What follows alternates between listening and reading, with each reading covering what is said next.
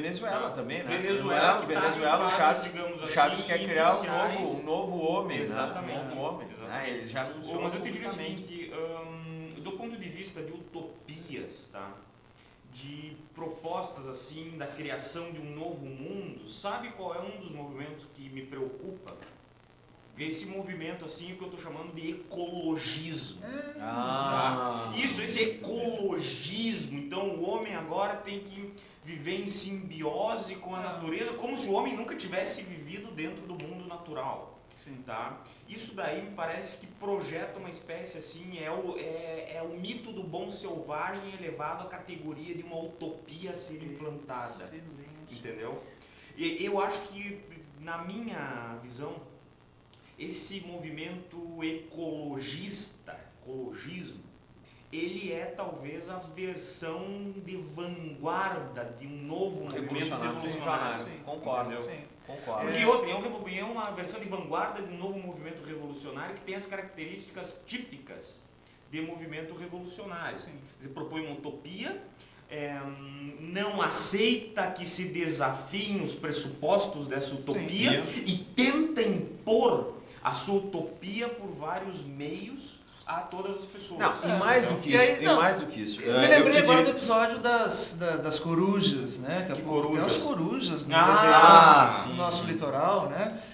O caso das corujas é um caso típico de exacerbação frente à natureza. Né? Agora isso que o Sander levantou, a questão do ecologismo, esse caráter revolucionário, porque no fundo a pregação do discurso é um discurso revolucionário. Assim, é criar um homem novo. No fundo, nós temos o Chaves aqui. Mudar os hábitos da civilização. Nós temos o Chaves aqui na América do Sul querendo criar o novo homem, o novo crioulo sul-americano, mas crioulo no sentido da origem da palavra cunhada, não essa deturpação que aconteceu no Brasil.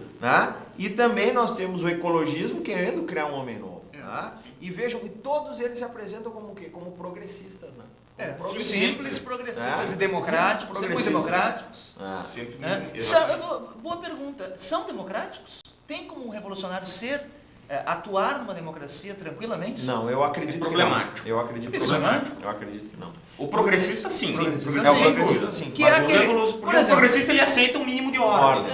Ele não rejeita a ordem. Então, quer dizer, isso não significa que todo sujeito que defende a ecologia seja um revolucionário. Não, claro. Existem pessoas que estão preocupadas com a natureza, que têm projetos para conviver, para fazer que o homem conviva melhor com o meio ambiente, tudo bem. E que é um problema objetivamente existe um problema ambiental, você tem que ter um certo cuidado com, digamos assim, os recursos naturais que nos cercam. Sim, claro que sim. Agora, você não pode transformar isso numa ideologia revolucionária a partir do momento em que você prega que para salvar o planeta é preciso mudar a civilização.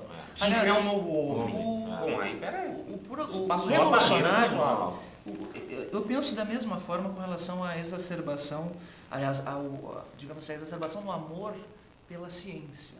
Cientificismo. Por quê? Veja o caso agora do julgamento no STF sobre as tais células-tronco embrionárias.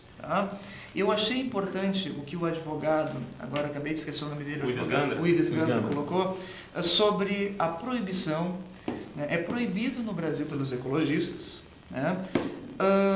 matar ovos, se não me engano, ovos de tartaruga, alguma coisa assim. E ele colocou isso na defesa. É proibido matar ovos de tartaruga. Entretanto, talvez o STF permita matar óvulos humanos. Ou seja, aí você vê o quanto alguma coisa está errada. Eu não sei quem é que tem razão nesse negócio, mas eu sei alguma coisa está errada. Mas mais do que isso, essas pessoas que se apresentam, que defendem isso, são pessoas que se dizem progressistas. Sim, mas na verdade muitos são revolucionários. Exatamente. O revolucionário de hoje, ele não aceita certas palavras. Sim, porque palavras com um significado bem definido são opressivas, não é isso? É a ordem que oprime a liberdade da pessoa. Por exemplo, homossexual. Homossexual é uma palavra que define o fenômeno homossexualismo. Por quê? Porque você tem atração sexual pelo igual. Isso significa ser homossexual. Bueno, o que um revolucionário diz a respeito de homossexualismo? Não existe homossexualismo. O que existe é homoafetividade. O que é uma homoafetividade? É uma palavra politicamente correta nova, porque a outra engessa muito, a outra é muito, ela quer dizer muito da realidade, então vamos criar uma palavra nova para mudar a realidade, um eufemismo, e faz o quê? Ela coloca homoafetivo, significa o quê? Afetividade pelo igual, e não sexualidade. Entendi. Ou seja, ela quer dizer a mesma coisa, mas de um modo mais suave, alterando no fundo a realidade. Porque quer fazer com que eu creia que é uma simples afetividade. De homoafetivo, qualquer um de vós poderia ser chamado de homoafetivo, porque é uma afetividade pelo igual. Qualquer um tem afetividade pelo igual. Ora, bolas. Então, veja, aí está a distorção e aí está a tentativa de mudar tudo. E aí pela palavra vai subrepticiamente a tentativa de criar um novo homem. Exatamente. E aí nós voltamos no Brasil, né, aquilo que eu falei, a questão, né, da proclamação da República. Ou seja, a proclamação da República foi o progresso. Ou seja, a partir daí nós passamos lentamente na história brasileira a fazer deturpações do ponto de vista de palavras, do ponto de vista político e ideológico. Ou seja, isso que o Ronaldo acabou de dizer, no fundo é uma mudança ideológica. Ou seja, eu estou mudando a forma das pessoas verem o mundo através do quê? De uma mudança da palavra. Eu quero, antes de encerrarmos, apenas enunciar que existe um programa piloto desse programa e que teve a participação do professor César, está no YouTube, disponível no YouTube, sobre Cuba, sobre a saída de Fidel do governo da presidência de Cuba. E as novas perspectivas de Cuba. O que acontecerá com Cuba?